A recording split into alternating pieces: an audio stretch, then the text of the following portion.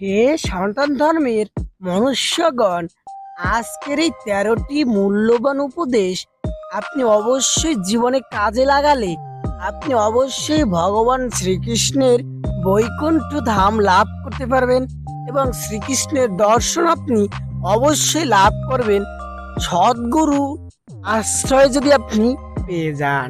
তো চলুন 13টি কি কি মূল্যবান বিষয় যা জানলে আপনি সন্তধর্মের মনুষ্যগণ স্বর্গপ্রাপ্তি হতে পারবেন।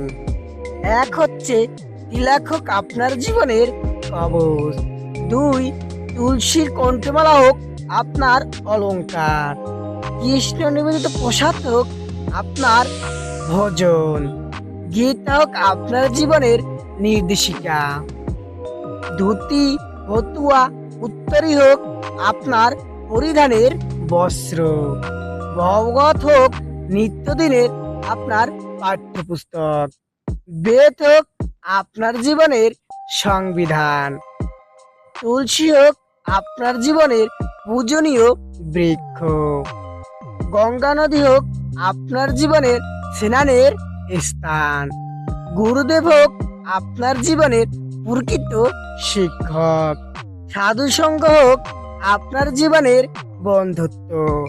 কৃষ্ণ সন্তুষ্ট হোক আপনার জীবনের নিত্যকর্ম। তীর্থভ্রমণ হোক আপনার জীবনের ভ্রমণের স্থান।